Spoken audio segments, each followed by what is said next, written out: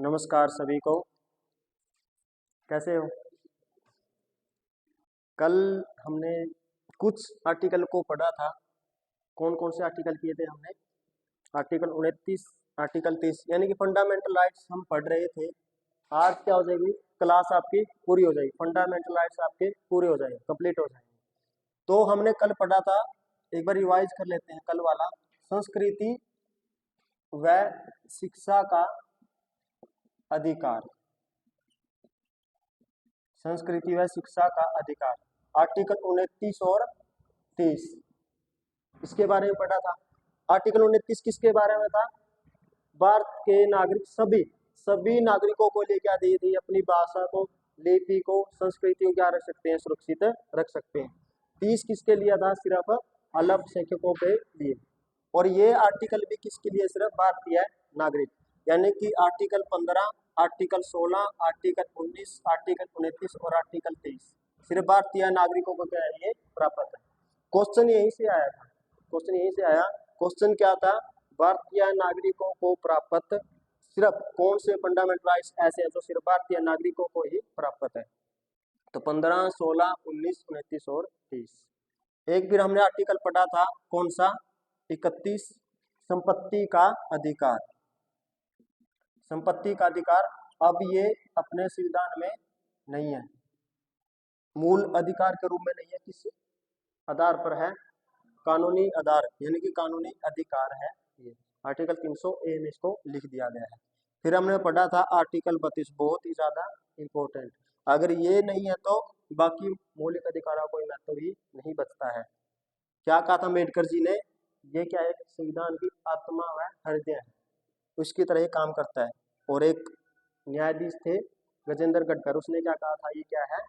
प्रजातंत्र की आधारशिला, यानी कि प्रजातंत्र की आधारशिला इसके ऊपर इसलिए टिकी हुई है क्योंकि प्रजातंत्र तभी सबल हो सकता है जब क्या होगा? नागरिकों को अधिकार मिलेंगे। और अधिकार कैसे मिलेंगे?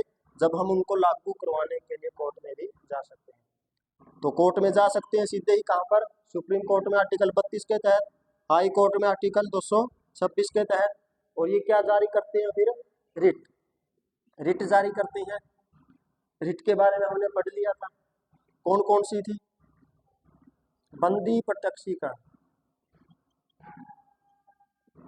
इसके बारे में पढ़ा। इससे संबंधित एडीएम जबलपुर का केस वो पढ़ा। मीसा के बारे में देखा था, कैसे पकड़ा गया था वो शशिकांत जो शुक्ला था, उसके बारे में देखा। बंदी प्रत्यक्षीकरण जो क्या देती है? हमको व्यक्तिगत स्वतंत्रता प्रदान करती है। बंदी प्रत्यक्षीकरण यानी कि 24 घंटे के अंदर आपकी गिरफ्तारी हो गया तो 24 घंटे के अंदर अंदर मजिस्ट्रेट के सामने आपको पेश करना पड़ेगा, सशरीर प्रस्तुत करना पड़ेगा। और कौन सी थी? परमादेश, इसमें क्या देते हैं? हाई कोर्ट और सुप्रीम कोर्ट आदेश देते हैं सरकारी कर्मचारी को, अधीनस्थ न्यायालय को और सरकार को, क्या करो? आपको जो कर्तव्य दिए गए उनको आप क्या करो? पूरा करो। इसके बाद कौन सी थी? प्रतिषेध, prohibition, habeas corpus, mandamus, prohibition, यानी कि क्या करती है? रोक लगाती है, मना करती है। अभी आप अपने अधिकार क्षेत्र से बाहर जाकर काम आप नहीं कर सकते। किसके खिलाफ? अधीनस्थ न्यायालय के खिलाफ। एक फिर कौन सी थी? अधिकार परीक्षा लेख, परीक्षा क्यों वारंटो, ये भी किसके खिलाफ है? ये व्यक्ति के खिलाफ लगाइए, यानी से पूछ लिया जाएगा आपने किस पद पर रहते हुए निर्णय लिया है, को वारंटो।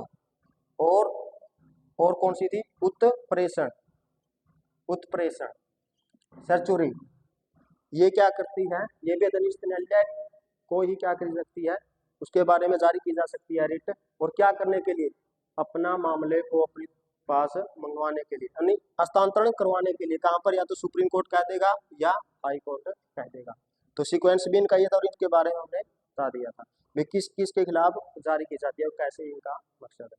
तो यहाँ तक हमने कल कंप्लीट कर लिया था। आगे हम देखते हैं आर्टिकल 3 बचते हैं, आर्टिकल 33, आर्टिकल 34 और आर्टिकल 35। ये क्या है? आर्टिकल 33 कई बार क्या करते हैं हम 12 से 32 तक ही पढ़ लेते हैं, इनको नहीं पढ़ते हैं। तो ये भी किस में शामिल है, मूल अधिकारों में शामिल है। ये क्या कहते हैं, आर्टिकल 33 है, मुख्यतः ये क्या है, मौलिक अधिकारों का अपवाद है। मूल अधिकारों का क्या है, अपवाद है। वैसे तो क्या मिलेगा, सभी नागरिकों को क्या मिलेंगे, मूल अधिकार मिलेंगे, इसमें कुछों को नहीं मिलते। यानी कि आर्टिकल बात करता है सशस्त्र बल व मूल अधिकार, मौलिक अधिकार। मौलिक अधिकार क्या है, सशस्त्र बल यानी कि क्या कर सकते हैं, जैसे आपने एक आर्टिकल 13(2) पढ़ा होगा, आर्टिकल 13(2), पहले इसको समझो। 13(2) में क्या था, संसद कोई भी ऐसा कानून नहीं बना सकती जिससे क्या हो, मौलिक अधिकारों का हनन हो, नहीं बना सकती। आर्टिकल 33 में ही लिख दिया, संसद ऐसे अधिकार बना सकती है या ऐसे कानून बना सकती है जो क्या हो, युक्ति युक्त प्रतिबंध लगाए जा सकते हो। किसके ऊपर प्रतिबंध, तीनों सेनाओं के ऊपर। तीनों हमारी क्या जो सेना है, जल सेना है, थल सेना है, वायु सेना है, उनको मौलिक अधिकार नहीं मिलते। कैसे नहीं मिलते बताऊंगा, कौन कौन से नहीं मिलते हैं। एक आपने देखा होगा अर्धसैनिक बल, इनको भी राइट्स नहीं मिलते।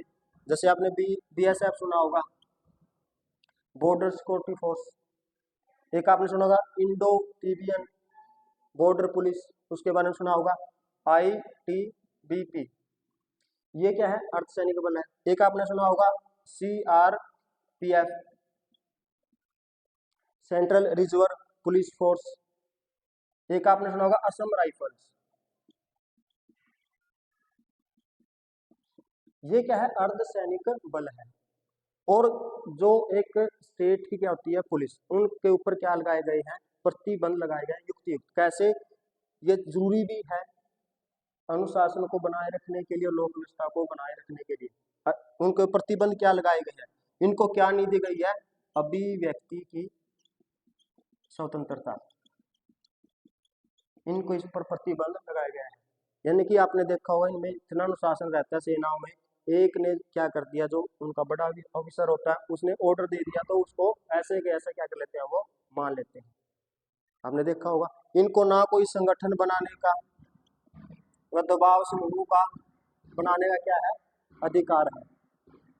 इनको क्या है, ना तो संगठन और दबाव समूह बनाने का अधिकार है। क्योंकि अगर इन्होंने संगठन या दबाव समूह बना लिया तो ये क्या कर देंगे, फिर आक्रमण कर देंगे। क्या कर, अभिव्यक्ति की क्या है, स्वतंत्रता इनको नहीं दी गई। क्या लगाया गया, इनके ऊपर प्रतिबंध लगाया गया है। इनको ना कोई संगठन बनाने और ना ही दबाव समूह बनाने की क्या है, आजादी है। क्यों, अगर मान के चलो इन्होंने संगठन बना लिया, ये बीएसएफ के जवान थे और इन्होंने कहा भी हम तो क्या करते हैं, संगठन बनाते हैं, दबाव समूह बनाते हैं, तो क्या कर सकते हैं, हमला कर देंगे। तो इनको ये राइट्स ही नहीं दिए गए। और इनको क्या है, धरना प्रदर्शन में शामिल होने का अधिकार नहीं है। आप देख रहे हो किसान आंदोलन चल रहा है, क्या उसमें साथ बैठ गई है, इनको अधिकार ही नहीं है। क्योंकि अगर वही साथ में बैठ गए तो प्रशासन व्यवस्था को संभालेगा कौन, फिर प्रशासन व्यवस्था को संभालेगा कौन। फौज में देखा होगा आपने, जो बड़े कर्नल होते हैं, एक बार क्या देते हैं, वो ऑर्डर देते हैं, सिपाही को वैसे ही वैसे माननी पड़ती है। कई बार ये भी आता है कि फौज में क्या करते हैं, बड़े अफसर निचले जो लगते हैं नौजवान, उनका शोषण वगैरह करते हैं, लेकिन उनको क्या है, हट नहीं सकते। डिसिप्लिन होना बहुत जरूरी है, तभी तो लोक व्यवस्था बनी रह सकती है, तभी तो कानून व्यवस्था बनी रह सकती है। तो आर्टिकल 33 क्या कहता है, संसद ही क्या कर सकती है, ऐसे कानून नियम अधिनियम बना सकती है जिन इनके ऊपर जो तीनों सेना या अर्धसैनिक बल या राज्य की जो पुलिस बल है, उनके अधिकारों को सीमित किया जा सकता है। और इनको आर्टिकल 32 के तहत सुप्रीम कोर्ट जाने का भी अधिकार नहीं है। भाई ये नहीं अभी ये इनको लागू करवाने के लिए कहा जाएंगे सुप्रीम कोर्ट में। तो किसके बारे में बताता है, आर्टिकल 33। एक बार क्वेश्चन क्या आया, सशस्त्र बल से संबंधित आर्टिकल कौन सा है, यही पूछ लिया गया, आर्टिकल कौन सा, 33। इसमें बता दिया मैंने किस किस बारे में बात करता है, यानी तीनों सेनाएं, अर्धसैनिक बल, स्टेट की पुलिस, इनके ऊपर क्या लगाया जा सकता है, प्रतिबंध लगाया जा सकता है। कौन लगा सकती है, संसद, कौन सा आर्टिकल के तहत, 33 के तहत कोई भी अधिनियम बना के। यह आर्टिकल 33। उसके बाद है आर्टिकल 34, आपने नाम सुना होगा, मार्शल लॉ। मार्शल लॉ ये इसमें बड़ा रहता है, विवाद का विषय कैसे रहते हैं। क्या था मार्शल लॉ, होता क्या है, जब किसी अक्षेत्र में जब किसी अक्षेत्र में कानूनी व्यवस्था कानूनी व्यवस्था बिगड़ जाए तो क्या लग जाता है वहां पर, मार्शल लॉ। मार्शल लॉ होता है यानी एक तरह से सेना का वहां पर क्या आ जाता है, शासन आ जाता है, सैनिक तानाशाही आ जाती है। पूरे जरूरी नहीं है कि पूरे राज्य में लगेगा, जहां पर क्या हुआ, सिर्फ कानूनी व्यवस्था बिगड़ी है। जैसे अगर मैं बात करूं हरियाणा में, हरियाणा में क्या है, 22 जिले हैं, उनमें से मान के चलो फतेहाबाद जिले में कानूनी व्यवस्था बिगड़ गई है, तो जो मार्शल लॉ लगेगा वो सिर्फ फतेहाबाद में ही लगेगा। वहीं पर सेना की क्या चलेगी, तानाशाही, यानी कि कानून व्यवस्था बिगड़ जाए, कानून के अनुसार क्या नहीं चल रहा है, काम नहीं चल रहा है, अशांति बहुत ज्यादा फैल गई है, जैसे सांप्रदायिक दंगे हो गए हैं, तो इस तरीके से ज्यादा दिक्कत तो हो रही है, तो क्या लगाया जाता है वहां पर, मार्शल लॉ। एक तो याद रखना आर्टिकल कौन सा इससे संबंधित है, आर्टिकल 34। और कब लगता है, किसी विशेष क्षेत्र में लगता है जब क्या हो जाती है, वहां पर कानूनी व्यवस्था बिगड़ जाती है, तो उस व्यवस्था को ठीक करने के लिए, वहां पर शांति बनाए रखने के लिए कौन आती है, सेना। हमने देखो सेना के जवान 1 मिनट में सीधे कर देते हैं, जैसे ये स्टेट की पुलिस है, उनसे ज्यादातर नहीं मानते लोग, लेकिन अगर फौजी आ रहा है तो एकदम से सीधे चलेंगे, तो उनको क्या दी गई, पावर मिल जाती है। फिर इसमें का आपने नाम सुना होगा, आप सपा, एक कानून बनाया गया, आप सपा 1958 में। इसकी कहानी सुनाइए, क्या था, arm force armed forces special power act 1958। तो ये पूछ लेंगे आपसा कब बना था, आप Sapa, armed forces special power act, यानी कि अगर ये एक्ट लागू हो जाता है किसी भी क्षेत्र में, तो सेना को क्या मिल जाते हैं, राइट्स मिल जाते हैं। क्या राइट्स मिल जाते हैं, बिना बिना सूचना के क्या कर सकती है, वो तलाशी ले सकती है, बिना कोई वारंट दिए क्या कर सकती है, गिरफ्तारी कर सकती है। और यहाँ तक भी अधिकार है, और कोई ये लगे भी ये तो अशांति फैला रहा है, तो क्या हो सकता है, गोली मारने का भी क्या है उनको राइट्स है, गोली भी वो क्या कर सकती है, मार सकती है। यानी कि सेना को इतना क्या मिल जाता है, पावर मिल जाती है, शक्ति मिल जाती है, अधिकार मिल जाता है, बिना सूचना के तलाशी, यानी क्षेत्र में जहां पर उन्हें तलाशी ले, पूछेंगे नहीं भी हम आपकी तलाशी ले रहे हैं, एकदम से जाएंगे तलाश लेंगे, गिरफ्तार करनी है तो एकदम से उठा लाएंगे, ये नहीं पूछे भाई, ये नहीं होगा भाई पहले मेरे को वारंट दिखाओ, किस बारे में मेरे को पकड़ा जा रहा है।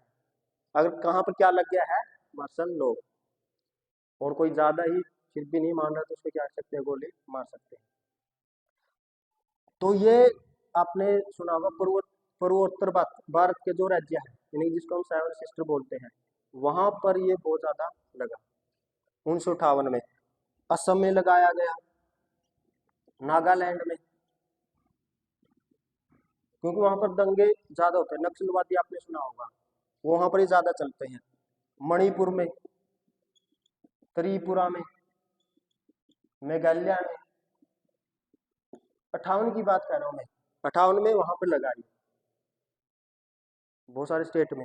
फिर इसका विरोध भी हो रहा था, विरोध क्या हुआ, एक आपने नाम सुना होगा, इरोम चान्नू शर्मिला, नाम सुना इसका, इरोम चान्नू शर्मिला। इसने इस एक्ट का क्या किया, विरोध किया। विरोध क्यों किया, क्या था, मणिपुर में क्या हुआ, 2000 की बात है ये, सेना ने क्या कर दिए, 10 जो आम जनता थी उनको बिना बेगुनाही को क्या कर दिया, गोली मार दी गई। इस एक्ट का बहुत ज्यादा क्या होता है, विरोध होता है। क्यों विरोध होता है, क्योंकि इसमें कई बार क्या जाते हैं, आम जनता को परेशानी उठानी पड़ती है, जो यानी कि दंगे फसाद करते हैं, शांति फैलाते हैं, कानून व्यवस्था में गड्ढे हो तो बच के निकल जाते हैं, और जो आम जनता है उनको बहुत ज्यादा परेशानी उठानी पड़ती है। तो ऐसा ही हुआ मणिपुर में, क्या हो गया, 10 लोगों की क्या हो गई, डेथ हो गई, गोली मार दी गई। क्यों? कानून क्या लग गया हुआ था, आप सबका। तो मीरा चानू शर्मिला मणिपुर की है, ये लेडीज है, इसने क्या कर दी, हड़ताल कर दी। हड़ताल क्या, अनशन पर ही क्या होगी, ये बैठ गई। 2000 में बैठी है अनशन पर, और 2016 तक किस पे रही है, अनशन पर। देखो क्या है मामला, किसका विरोध करिए, ये आप सपा। यानी कि यहाँ से क्या करो आप, हटाओ इस कानून को, पूर्वोत्तरी जो भारत के राज्य उनको क्या करो आप, यहाँ जो आप सपा लगाया हुआ आपने, हटाओ। क्योंकि आम जन को क्या हो रही है, यहाँ पर दिक्कतें हो रही है। 2000 में बैठी, 2016 में इसने मुंह तोड़ा। क्या था, देखो इतने समय तक भूख तो कैसे रह सकती है, तो क्या कर लिया गया, क्योंकि ये मान ही नहीं रही थी कुछ भी खाने पीने को, तो इसको क्या कर लिया गया, गिरफ्तार। क्योंकि ये आत्महत्या कर रही थी, अगर खाएगी नहीं पिएंगे तो क्या है, एक आत्महत्या है। और मैंने आपको पहले ही बताया है, भारत में राइट्स ही नहीं है, अगर कोई एक्टिव हो आत्महत्या कर ले, अगर वो करता है तो क्या है, अपराध है। तो उसको क्या कर लिया गया, अगर कोई आत्महत्या करता तो उसको 1 साल की क्या होती है, सजा, सजा होगी। तो इसको पुलिस क्या करती, 1 साल के लिए पकड़ती, और हॉस्पिटल में इसको एक तरह अस्थायी जेल बना दिया गया, वहीं पर रखा गया। और नाक की नली से इसमें क्या दिया जाता था, भोजन खिलाया जाता, जो भी इसको खिलाया जाता था। ये 1 साल पूरे हो गए, फिर इसको छोड़ना पड़ता है, 1 साल से रख नहीं सकते, छोड़ते फिर गिरफ्तार कर लेते, क्योंकि मानने को तैयार नहीं थी। तो ऐसे में ये 2016 तक ऐसे ही चल रहे। देखो कितनी इसने लड़ाई लड़ी है, किसका विरोध करने के लिए, आप सपा। क्योंकि बहुत ज्यादा ये इसका कानून बंद हो गया। देखो सेना वो मिल तो जाते हैं राइट्स, लेकिन इनका गलत प्रयोग भी करते हैं कई बार। जैसे बिना सूचना के तलाशी लेने के लिए, जैसे जम्मू कश्मीर में बड़ा चलता है, जम्मू कश्मीर में भी लागू हो गया, 1958 में इनमें लागू हो गया, पूर्वोत्तर भारत में। 1990 में कहाँ पर, जम्मू एंड कश्मीर में भी क्या लागू है, आप सब लागू है। वहां पर अगर सेना को लगे ये भी क्या करे, आतंकवादी घटना में शामिल है या शांति लाए, तो उसको सीधे गोली मारने का क्या वहां पर अधिकार है। देखो जरूरी भी है ये, क्योंकि ऐसी घटना घटित होती रहती है। लेकिन इसका विरोध इसलिए करता है क्योंकि आम जनता को बहुत ज्यादा परेशानी उठानी पड़ती है। तो इस वजह से मेरा इरोम चानू श्रृंगला ने इसका विरोध किया। फिर इसने एकदम से क्या कर लिया, अनशन वापस ले लिया, हटाया नहीं फिर भी ये। देखो इतने लंबे समय तक अनशन पर रही, इसकी बात को नहीं माना। हाँ 2 राज्यों से हट गया था, त्रिपुरा से और मेघालय से। यहाँ से 2015 में, ये 2018 में, यहाँ आप सपा नहीं है। अगर आप वर्तमान में देखें तो वर्तमान में कहाँ कहाँ किस किस राज्य में अभी लगा हुआ है, असम में है, असम के कुछ क्षेत्रों में, किसी क्षेत्र में लगा, ये नहीं पूरे का पूरे किस में लग जाएगा, राज्य में लग जाएगा। जहां पर क्या होगा, अशांत क्षेत्र होगा वहां पर लगाया जाएगा। नागालैंड में है, मणिपुर में है, जम्मू एंड कश्मीर में।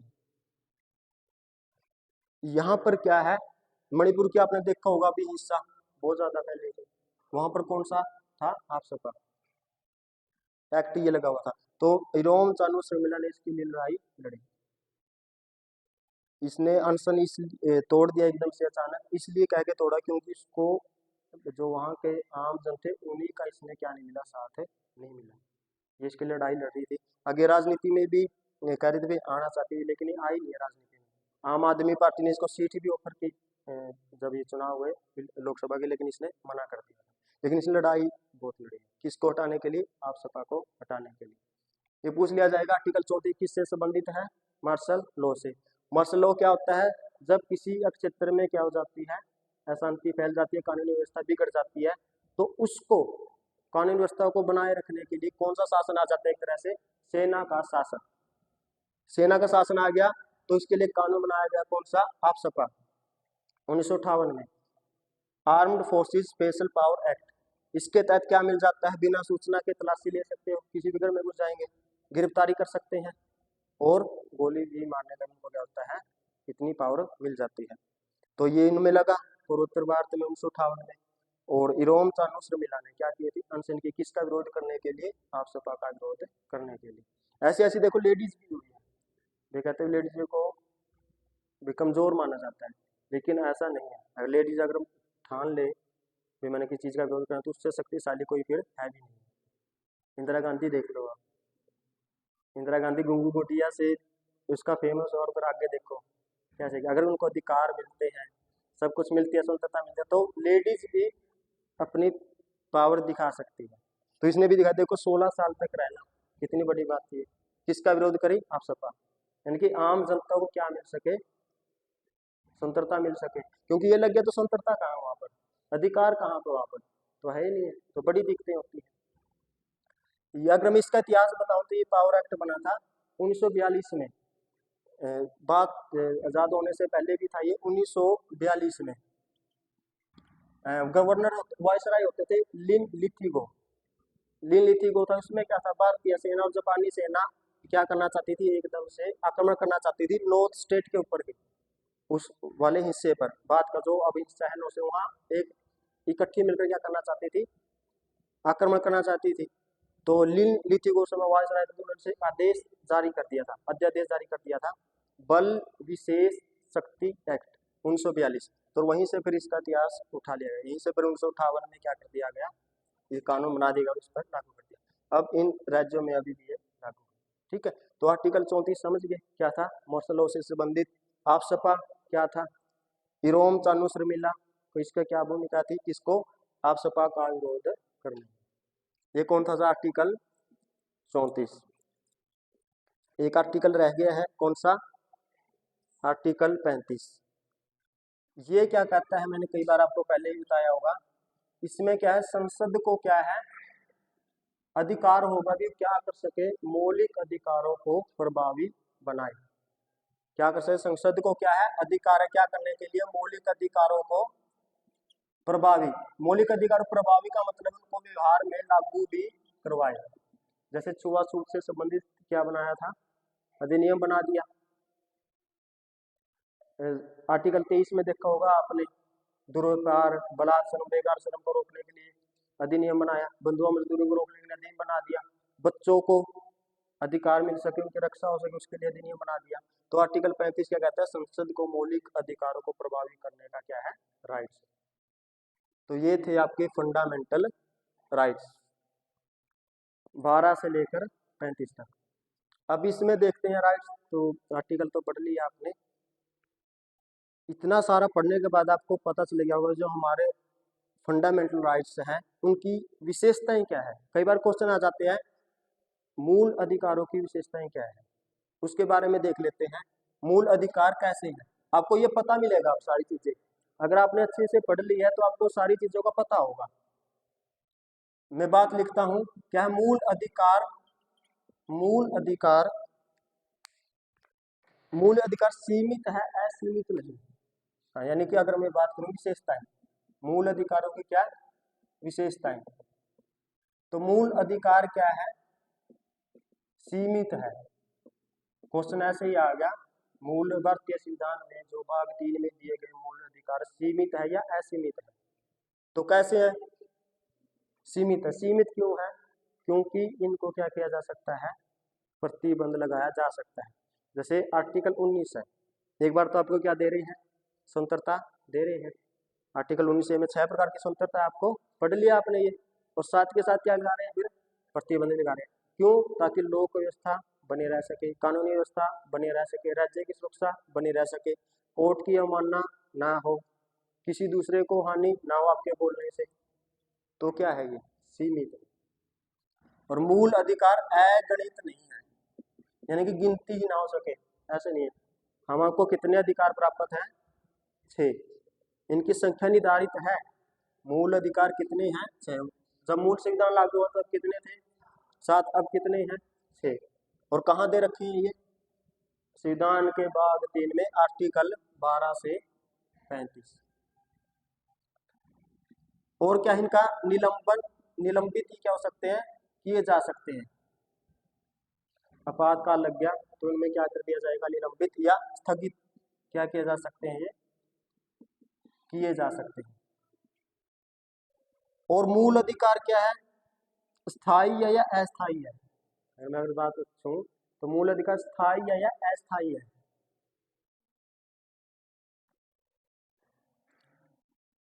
अस्थायी है। क्या क्यों है, इनको इनको बदला भी जा सकता है, कम या ज्यादा किए जा सकते हैं। कैसे किए? पहले कितने थे?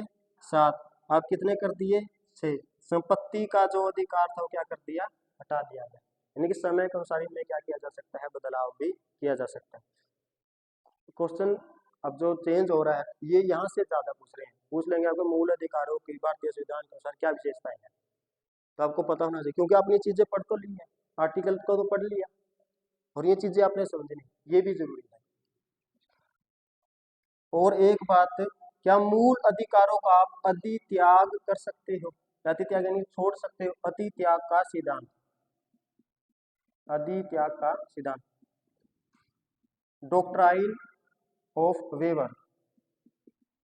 अपने एक सिद्धांत पहले पढ़ा हुआ, डॉक्ट्राइन ऑफ इक्लिप्स, पढ़ा होगा आपने आर्टिकल 13(1) में। एक सिद्धांत पूछ सकते हैं अधित्याग का सिद्धांत, वो क्या था? ऐसी विधियां अगर होगी जो मौलिक अधिकारों का हनन करती है तो उनको ऊपर क्या लग जाएगा? ग्रहण लग जाएगा। वो था डॉक्ट्रिन ऑफ इक्लिप्स। ये क्या है? Doctor of waiver. अधित्याग का सिद्धांत, अगर मैं सिंपल सी भाषा में पूछूं, क्या भारत के नागरिक मौलिक अधिकारों को छोड़ सकते हैं? क्या आपको ये राइट है भी आप अपने मौलिक अधिकार को छोड़ देंगे? आप भी मेरे को तो स्वतंत्रता नहीं चाहिए, समानता नहीं चाहिए, मेरा शोषण हो रहा है तो होने दो, क्या है?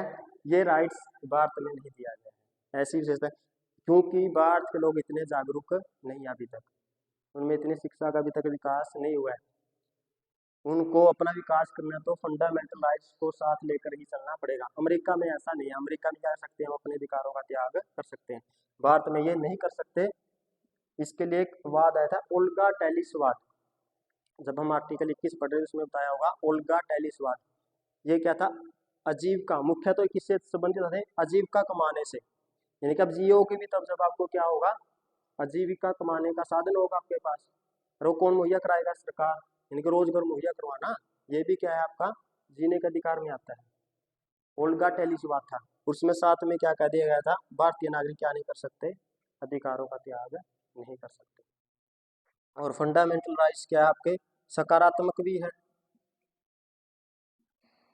और नकारात्मक, दोनों ही, सकारात्मक और नकारात्मक। सकारात्मक ये है, इसमें ऐसे कुछ अधिकार है जिसमें सरकारें आम जनता के हित में काम करने के लिए कुछ सुख सुविधाएं देती है।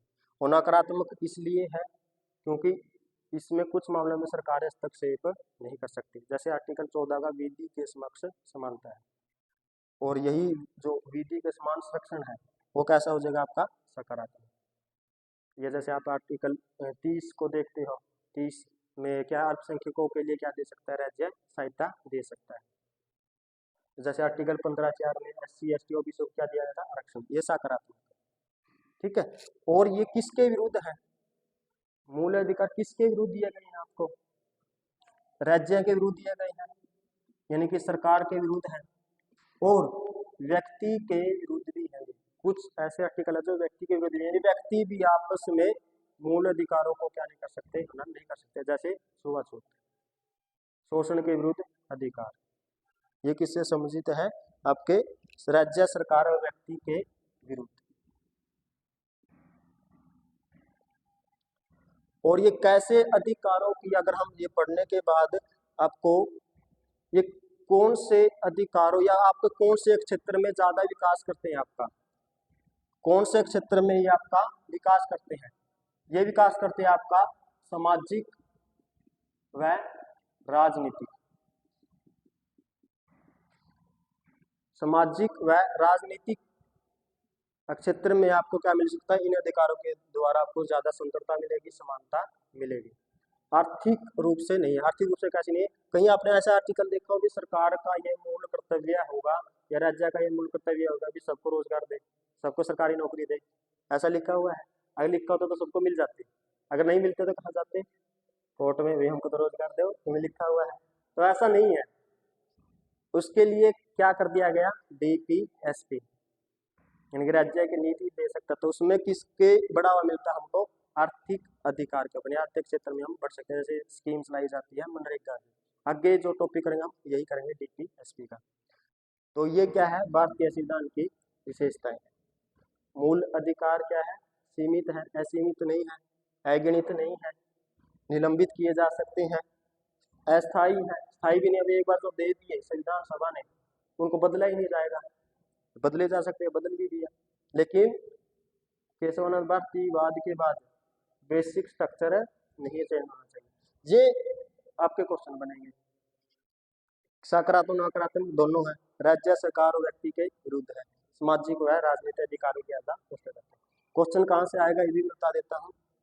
क्वेश्चन आपसे पूछा जाएगा 2 या 3 आर्टिकल पूछ लिए जाएंगे, तो आर्टिकल 21, 32 या 33, 34 में पूछ लेगा। ज्यादातर जो मामला रहती है, पढ़ने तो आपने सभी है, हमने पढ़े तो क्या है, सारे ही है। एक जो इम्पोर्टेंट है, जो चीज है इसमें, जो हमने वाद किए वो जरूर पूछे जाएंगे। वाद कैसे किए, जो ऐसे शंकरी प्रसाद मामले में क्या कहा गया, या तो उनकी डेट पूछ ले, सीक्वेंस में पूछ लेते हैं। शंकरी प्रसाद मामला कब आया, बेला बनर्जी कब आया, गोरखनाथ कब आया, सज्जन सिंह कब आया, मिनवा मिल्स कितने, जितने भी हमने मामले पढ़े इसमें। या ये पूछ लेगा इस मामले में क्या कहा गया, जैसे ये पूछ लेते हैं संविधान का बेसिक स्ट्रक्चर कौन सा होगा, किस वाद में कहा गया था, केशवानंद भारतीवाद में। मिनवा मिल्स में फैसले को दोहरा दिया गया। जैसे मौलिक अधिकारों में संशोधन कर सकते हैं, नहीं कर सकते, शंकरी प्रसाद मामले में क्या कहा था, संसद संशोधन कर सकती है। सज्जन सिंह के मामले में भी कह दिया था कर सकती है। गोलकनाथ के मामले में पलट दिया गया कि संसद मूल अधिकारों में संशोधन नहीं कर सकती।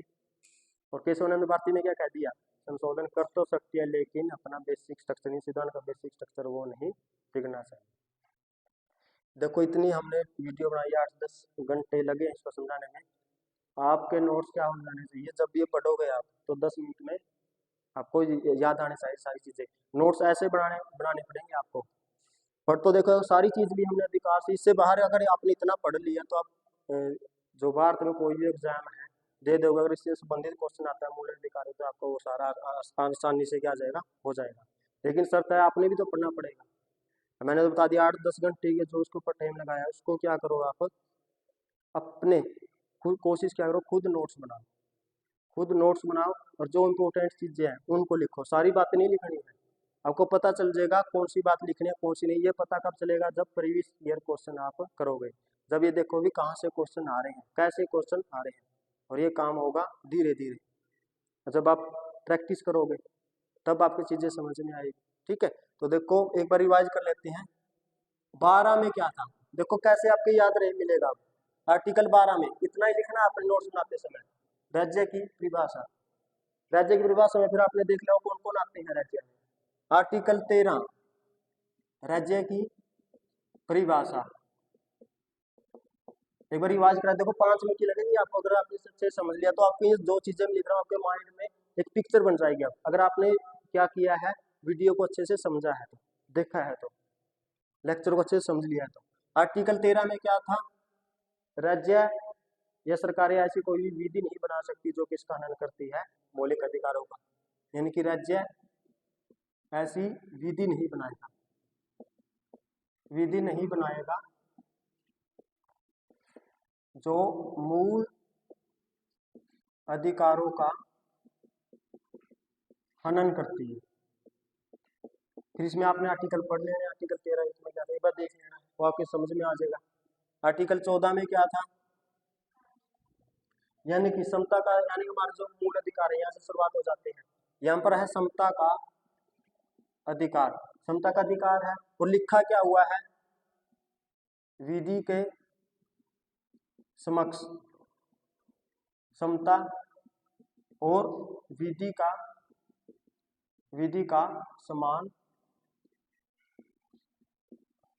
संरक्षण।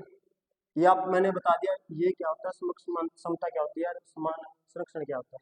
ये आप आसानी से करते, कहाँ से लिया गया है, कैसे लिया गया, क्यों लिया गया है, सारी बातें आपको बता दी है। आर्टिकल 15 में भेदभाव की मनाही, यानी कि 5 प्रकार जो बताए गए थे उनके द्वारा भेदभाव नहीं कह सकते, भेदभाव की मनाही। आर्टिकल 16 में अवसर की समता। 17 में छुआछूत को निषेध किया गया है, छुआछूत को क्या किया गया है, निषेध। यानी कि आप छुआछूत के आधार पर क्या नहीं कर सकते, भेदभाव नहीं कर सकते। उपाधियों का अंत, समता का अधिकार हो गया। आर्टिकल 19 6 प्रकार की क्या है आपको समतरता, समतरता दी गई है। 20 में क्या है अपराधों के दोष सिद्धि, अपराधों के दोष सिद्धि के संबंध में क्या दिया गया आपको संरक्षण दिया गया है। आर्टिकल 21 क्या बोला जाता है इसको, जीने का अधिकार, प्राण व देही की समतरता, या इसको बोला गया जाता है कि रीढ़ की हड्डी, प्राण व देही। इसमें देखो कितने फिर क्या हो गए हैं ऐड होते चले गए, बहुत बड़ा इसका क्या हो गया है विस्तार। इसी में है आर्टिकल 21A शिक्षा का अधिकार, इसमें संशोधन पूछने का भी ऐड किया गया 2002 में 86वां संविधान संशोधन के द्वारा। आर्टिकल 22 कुछ मामलों में क्या आपको गिरफ्तारी, गिरफ्तारी से क्या है संरक्षण है, और साथ में क्या है निवारक निरोध के बारे में बताता है, निवारक निरोध। इसके बारे में हमने जान लिया था, निवारक निरोध क्या है हमने इसमें पढ़े थे। निवारक निरोध अधिनियम से लेकर 1950 से मीसा को पढ़ा, टाडा को पढ़ा, कोटा को पढ़ा, एनएसए को पढ़ा, ये सारी चीजें हमने इसमें जान ली थी। 23 में यानी कि 19 से 22 स्वतंत्रता, 14 से 18 समता, शोषण के विरुद्ध अधिकार, यानी कि इसमें क्या है बलात्श्रम, बलात्श्रम, दुर्व्यापार और बेगार श्रम, इसके ऊपर क्या लगाया गया है प्रतिबंध। 24 में क्या है बाल श्रम पर निषेध है, शोषण के विरुद्ध क्या है ये अधिकार है। उसके बाद धार्मिक स्वतंत्रता का अधिकार, यानी कि 25 में क्या है अंतःकरण की स्वतंत्रता, अंतःकरण की यानी किसी भी धर्म का मान लो अपनाओ ग्रहण करो, लेकिन उसका आधार क्या ना हो बल छल प्रलोभन ना हो। इसके बारे में वाद में बताते स्टेनिलोस का जो वाद है, ठीक है। 26 में क्या था धार्मिक कार्यों का प्रबंध करने के लिए आपको क्या है स्वतंत्रता, किसी प्रकार से प्रबंध करो आपकी मर्जी है वो। 27 में क्या था कर से मुक्ति, यानी कि जो पैसा आएगा चंदा आएगा उस पर टैक्स नहीं लगा सकती सरकारें धार्मिक कार्य से संबंधित। 28 में क्या है यानी कि आपको क्या दी गई है धार्मिक शिक्षा और उपासना की स्वतंत्रता दी गई है। धार्मिक शिक्षा यानी कि कहने का मतलब यह जो राज्य द्वारा बनाई गई है और राज्य वित्त पोषित, वहां पर धार्मिक शिक्षा नहीं दी जा सकती। उपासना, उपासना नहीं कि पूजा पाठ, अगर आप वहां पर दी जा रही है तो आपका ये अधिकार, आप उसमें शामिल होना चाहते हो या आप शामिल नहीं होना चाहते, ये कौन सा अधिकार हो जाएगा धार्मिक स्वतंत्रता का अधिकार। उसके बाद आर्टिकल 29 इसमें क्या है यानी कि ये किसके लिए भारतीय नागरिक हो, चाहे अल्पसंख्यक हो चाहे बहुसंख्यक हो, दोनों को ही क्या है प्राप्त है भारतीय नागरिकों को। और क्या करने के लिए अपनी भाषा लिपि और संस्कृति को क्या कर सकते हैं सुरक्षित। 30 में क्या है सिर्फ अल्पसंख्यक, सिर्फ अल्पसंख्यक वो क्या कर सकते हैं अपनी भाषा लिपि संस्कृति को सुरक्षित रख सकते हैं, और राज्य अगर इनको सहायता दे रहा है तो भेदभाव नहीं करेगा। ये कौन सा अधिकार हो गया संस्कृति व शिक्षा का अधिकार। आर्टिकल 31 अब है ही नहीं है संपत्ति का अधिकार, उसमें देखो कितना ये मामला चला था शंकरी प्रसाद का मामला, जहां से शुरुआत हुई शंकरी प्रसाद मामला, बेला बनर्जी मामला, नेहरू का रोल देखा हमने, इंदिरा गांधी का रोल देखा, कैसा समझा क्या हो गया। धार्मिक कार्यों का प्रबंध आप कैसे कर सकते हो, जैसे आपने कोई मंदिर बना लिया है, अब उसका आप रख रखाव कैसे करोगे वो आपके ऊपर डिपेंड है, यानी कि उस समय आपने कितने समय आरती करनी है, कौन सी उसमें मूर्ति की स्थापना करनी है, कहाँ से पंडित लेके आना है, कितनी उसको बगाड़ देनी है, वो सब कुछ आपके ऊपर डिपेंड है, राज्य इसमें कोई हस्तक्षेप नहीं करेगा। संपत्ति का अधिकार अब है नहीं, 44वां संविधान संशोधन 1978 के द्वारा हटा दिया। आर्टिकल 32 संवैधानिक उपचारों का अधिकार, उपचारों का अधिकार यानी कि क्या कर सकते हो आप, अगर संवैधानिक आपके मौलिक अधिकार का आना हो तो आप कहाँ जा सकते हो न्यायालय में जाके जा सकते हो, परिवर्तनीय है। एक विशेषता ये भी लिख लेना मूल अधिकार परिवर्तनीय है या नहीं है? तो मूल अधिकार क्या है? परिवर्तनीय है। आर्टिकल 33 किससे संबंधित है? सशस्त्र बलों से। और आपने ये देखा भी होगा सशस्त्र बलों में क्या किया गया था जब इंदिरा गांधी ने क्या लगा दी थी, एमरजेंसी लगाई थी तरीके अशांति का हवाला देते हुए, तो अब उस शब्द को हटा के क्या जोड़ दिया गया था? सशस्त्र बलों के विद्रोह के द्वारा। तो आगे पढ़ेंगे इसके बारे में एक चीज को और आगे। इसके ये किसके बारे में है? Martial law. और ये क्या है? संसद को क्या होगी? शक्ति होगी, क्या कर सके वो? मूल अधिकारों को क्या बना सके? प्रभावी। देखो यही है आपके मूल अधिकार, इसमें आप सारी बातें आ जाती है। ठीक है, तो ये क्या है आपके 6 मूल अधिकार। ये सारी चीजें आपके बारे में हमने बता दी। अब आपके ऊपर डिपेंड करेगा आप कौन इसको अच्छे से पढ़ लेगा। ठीक है ना। अब देखो इसी क्लास से पेपर भी क्लियर होगा और किसी का नहीं होगा। तो मैंने तो सबको एक साथ पढ़ाया है, लेकिन क्लियर किसका होगा?